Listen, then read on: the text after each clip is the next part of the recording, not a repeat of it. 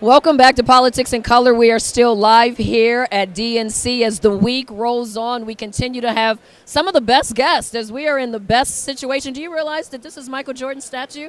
Right here on our set, you're in the best seat in the House. I love it. Our guest now is Derek Turbin. He's the chair Democrat of the Democratic Party of Hawaii. Welcome to us here for joining the conversation, Politics in Color. Thank you so much for having me, Dara. Listen, first off, how's Hawaii? How's everything? Fires, I know, a while ago, a couple, make sure everybody's good. You look good. How's everyone? Thank you. I appreciate it. And yeah, we've worked really hard to take steps to move in the right direction. We've recently secured, well, not we, but the victims of the fire, the Maui fire, secured a settlement in Hawaii. So that's good. Yeah, we're happy about that. So things are moving in the right direction. And there. I asked that too because I know that the government was essential. The Biden administration was essential in trying to help and put funding there and making sure that all the victims were helped. Absolutely, and that's why this election is so important.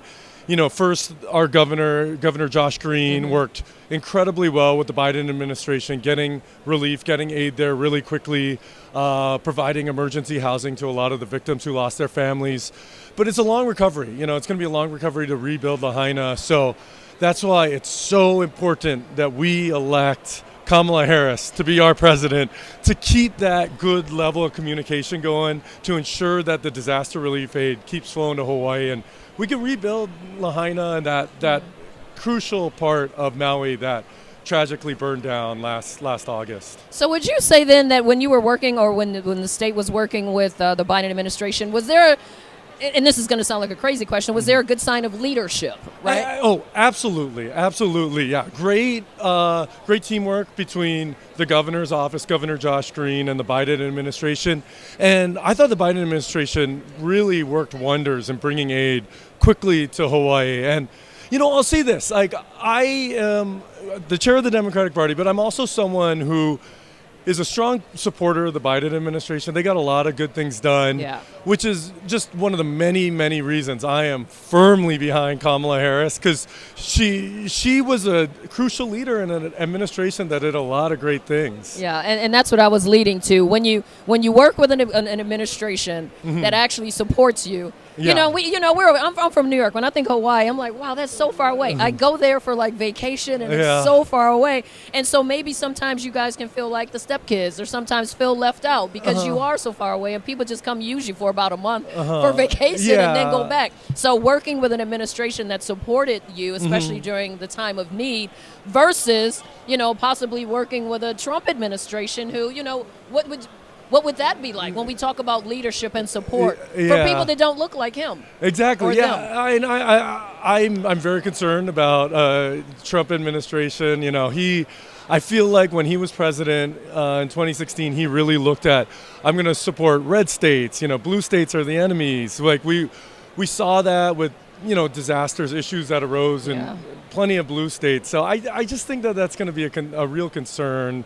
We have two great U.S. senators, Senator Hirono, who's a Democrat, Senator Schatz, who's a Democrat. I love her. She speaks her mind, doesn't she? Oh, she's great. She's a warrior. I love to see her. I'm like, she's in there. I know. We should have invited you to our breakfast this morning. She spoke at our delegation breakfast. And she's a warrior. She's tough. And she's also just has such a great relationship with Kamala Harris. So having, again, Kamala in the White House is going to be crucial to Hawaii's ongoing recovery efforts. And like you said, I sometimes I get it. There's a misunderstanding. People see Hawaii as just a vacation, just a vacation destination. Exactly. But there are real people there with real lives, real issues. Real issues. So the Hawaii Democratic Party, what is your main concern, I guess, into this election? We were just talking about the issues that are going to the ballot. People of color have certain issues.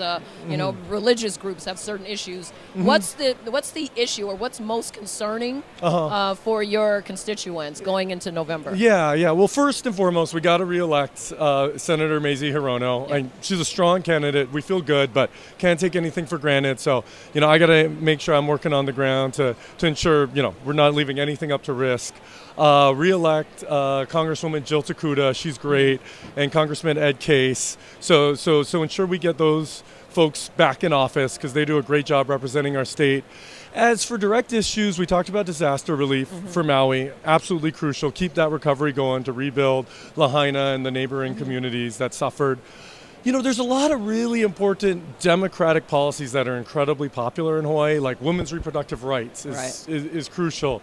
Supporting LGBTQ plus rights, Medicare, Medicaid, ensuring that, our seniors have health care. Right. And those are all things because it's also a retirement place. People go there to retire. So, yeah. Yeah. And also, so many crucial issues. And I know this has come up a lot at the Democratic National Convention, but tell us more. Let's keep Project 2025 as far away from our government, our federal government, as possible, because those are issues that suddenly become at risk. Yeah. If Trump gets into the White House. It's scary. It's a scary time. Oh, it's terrifying. This is not a cliche. Like, democracy is on the ballot. We got to do everything we can to protect democracy and elect Kamala Harris as president. So Hawaii has the fortune of not being a border state, right? So, more, what do we call it, the mainland? More in the mainland. Some of the issues, the top issues, of course, are immigration, gun control, things like that. The issues that you all don't have. So that's interesting that LGBTQ rights, which I guess DEI and diversity rights would be up there. So I'm interested in what some of the voters' rights issues would be going into the ballot. Yeah, well, again, it's protecting those rights. Again, protecting LGBTQ plus rights. The federal benefits that a same-sex couple would receive is incredibly important. That's something we got to protect. We got to make sure that the federal government doesn't step in and push away those benefits. You brought up gun control, gun safety. We are probably, I'm pretty sure we're the safest state when it comes to gun safety, but we get another conservative justice in, they start challenging those safety bills that our legislature and governor has passed. And, that it's a scary thought to have where we don't become that safe haven from gun violence. That's right. When you're up against the federal government, you're up against the federal courts. We see what President Biden did with appointing incredible liberal justices at federal courts in Hawaii and obviously at the Supreme Court too. So we want to keep Hawaii blue, and by doing that, we gotta. Hasn't it always been blue? Yeah, Hawaii has always been blue. But to your point, I think what I hear you saying is that it's a fragile time. It's a fragile time. Right, for the entire country. Whether you're, I'm in New York, you're in Hawaii, I would just think Hawaii is, it's paradise, which it is. But you're right, it's a fragile time. One additional Supreme Court person or one, conservative senator, congressperson could really tip the scales. Exactly. So this is an exciting week. Are you feeling the energy of this DNC? It's funny. I'm sleeping like 2 to 3 hours a night, but I'm still waking up so energized that I'm losing my voice, but I show up into this arena and, my heart's beating. I'm just so excited. Wait, for roll call, what did Hawaii do? What was the song for Hawaii? It was a Bruno Mars song. Bruno Mars, because he's Hawaiian. Yeah, he's a son of Hawaii, went to Roosevelt High School, right down the street where I went to high school. Of course, Bruno Mars. Well, I don't know which one. He's got so many. He's got so many great songs. DJ Cassidy. That was great. He's amazing. Again, I'm fanning out all week to see. Our governor, he did a great job. He did the roll call. I got to do the rehearsal where I went up to the mic and music was playing. That was on Sunday, and I was just so pumped. And then hearing the Bruno Mars song go on, that's great. I was ready to go. I will let you out on this. What's the one goal this week? And obviously not just let's support Kamala. The one goal for your Hawaii contingency coming out of DNC this week.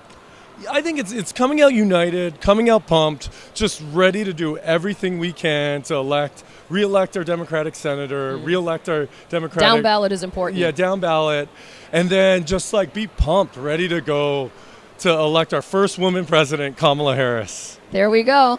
Dick Turbin, the chair of the Democratic Party of Hawaii. Thank you for joining us. Thank you so much for having me, Dara. It was an honor. Stay with us.